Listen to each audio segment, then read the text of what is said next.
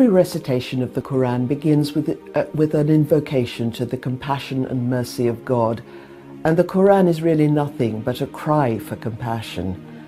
The bedrock message of the Quran is that it's wrong to build up a private fortune, but good to share your wealth equally and to look out for the vulnerable and the poor people in society.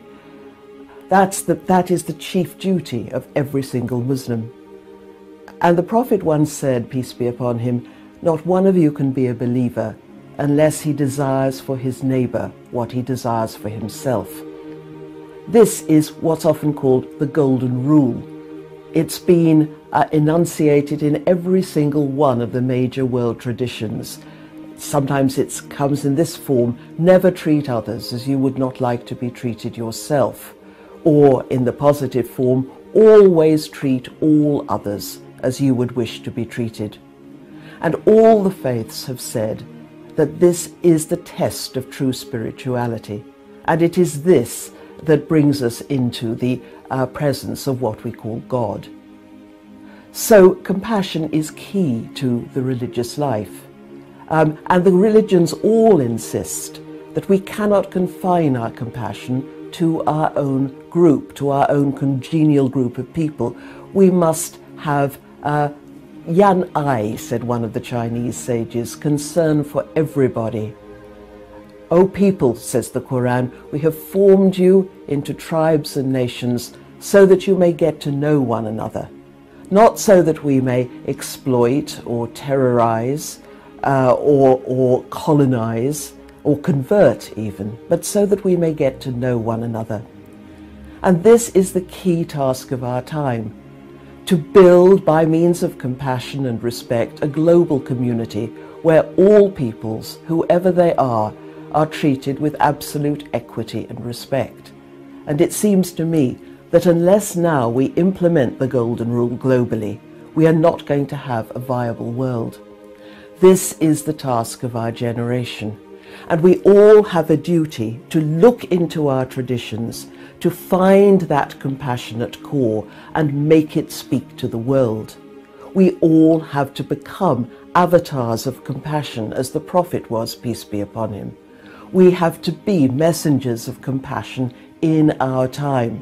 And we have to do this globally, even to people with whom we feel enmity, who dislike us, or who are at war with us.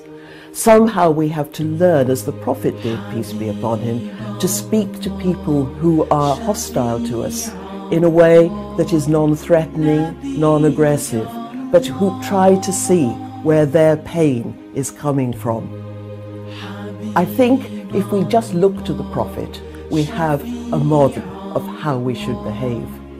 Always in Mecca, when his people were being persecuted and abused, he would keep his calm.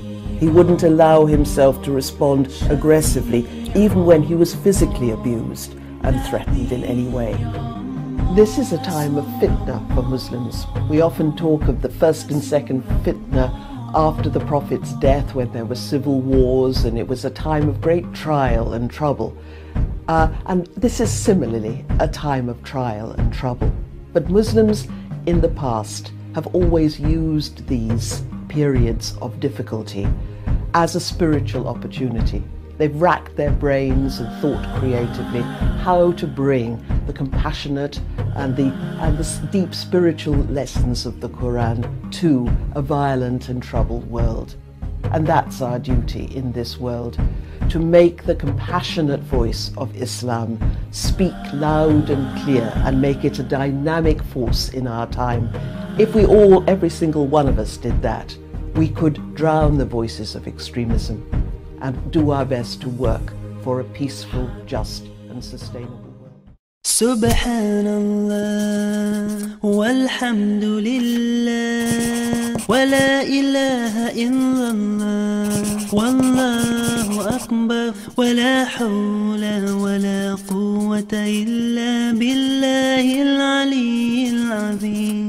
Subhanallah walhamdulillah wa la ilaha illallah wallahu akbar.